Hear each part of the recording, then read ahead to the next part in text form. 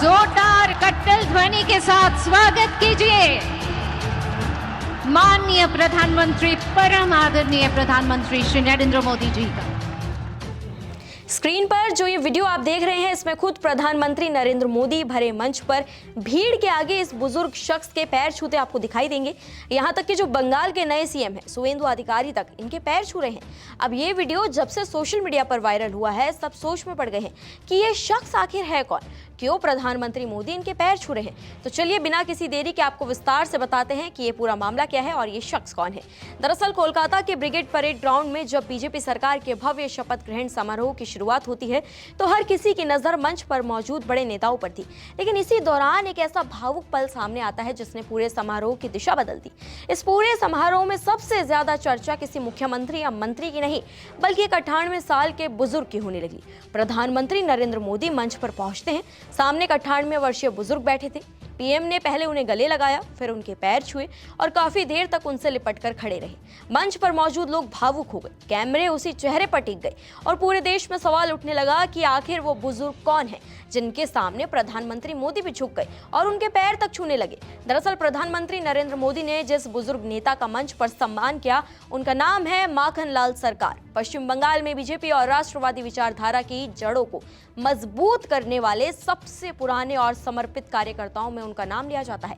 बता दें आपको, 98 साल के माखनलाल सरकार आज सिर्फ एक व्यक्ति नहीं, बल्कि उस लंबे राजनीतिक संघर्ष की जीवित कहानी माने जाते हैं जिसने बंगाल में बीजेपी की नींव रखी है। स्क्रीन पर दिखाई जा रही वीडियो में आप देख सकते हैं कि जैसे ही पीएम मोदी मंच पर पहुंचते हैं, उन्होंने सबसे पहले माखनलाल सरकार के पास जाकर उन्हें अंगवस्त्र ओढ़ाया है, फिर उनके पैर छूकर आशीर्वाद ले रहे हैं और काफी देर तक गले लगाकर खड़े रहे हैं। इस दौरान मंच पर मौजूद कई नेताओं की आंखें नम हो गई है। खुद माखनलाल सरकार भी भावुक नजर आए हैं। ये सिर्फ सम्मान का एक दृश्य नहीं था, बल्कि बीजेपी के उस संघर्ष और विचारधारा को सलाम था जिसे दशकों पहले कुछ गिने चुने कार्यकर्ताओं ने बंगाल की जमीन पर बोया था। माखनलाल सरकार का राजनीतिक और वैचारिक सफर बेहद लंबा और संघर्षों से भरा रहा है।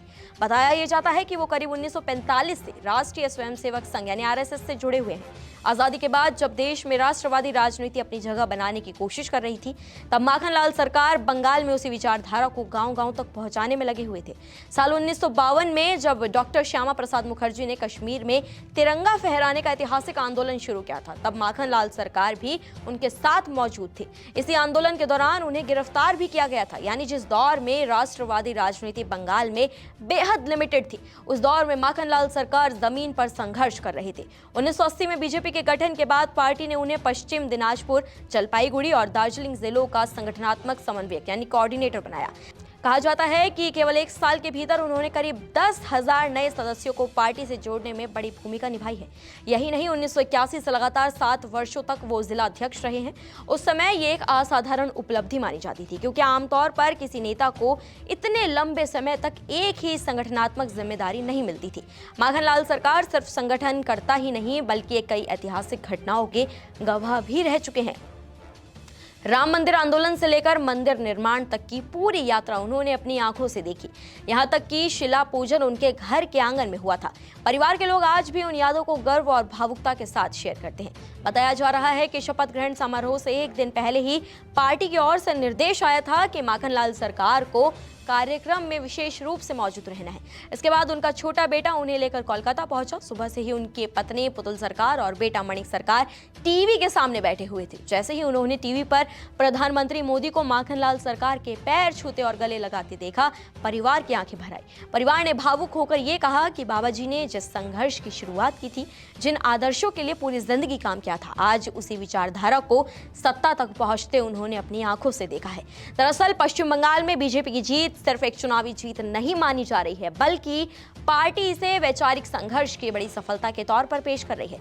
294 सीटों वाली विधानसभा में बीजेपी ने 260 सीटें जीतकर तृणमूल कांग्रेस टीएमसी के 15 साल पुराने शासन को खत्म कर दिया है। यही वजह है कि इस ऐतिहासिक मौके पर पार्टी ने अपने सबसे पुराने सिपाहियों को सम्मान देने का संदेश दिया है। ब्रिगेड परेड ग्राउंड में प्रधानमंत्री मोदी और माखनलाल सरकार के बीच दिखा ये भावुक दृश्य अब सिर्फ एक तस्वीर नहीं रहा, बल्कि बीजेपी के उस राजनीतिक सफर का प्रतीक बन गया है जिसमें दशकों पहले शुरू हुआ संघर्ष आज सत्ता तक पहुंच चुका है। सवाल अब सिर्फ बंगाल की नई सरकार का नहीं है, सवाल उस विचारधारा का भी है जिसे माखनलाल सरकार जैसे कार्यकर्ताओं ने अपनी पूरी जिंदगी देकर जिंदा रखा है। फिलहाल आप वायरल वीडियो पर क्या कुछ कहना चाहेंगे, कमेंट्स में हमें अपनी राय जरूर दें। नमस्कार, मैं हूं मानक गुप्ता। अगर आपको हमारा ये वीडियो पसंद आया हो तो इसे लाइक और शेयर जरूर करें, और हां, हमें सब्सक्राइब और फॉलो करना ना भूलें ताकि आप देश और दुनिया की कोई खबर मिस ना करें। तो जुड़े रहिए हमारे साथ और देखते रहिए News 24।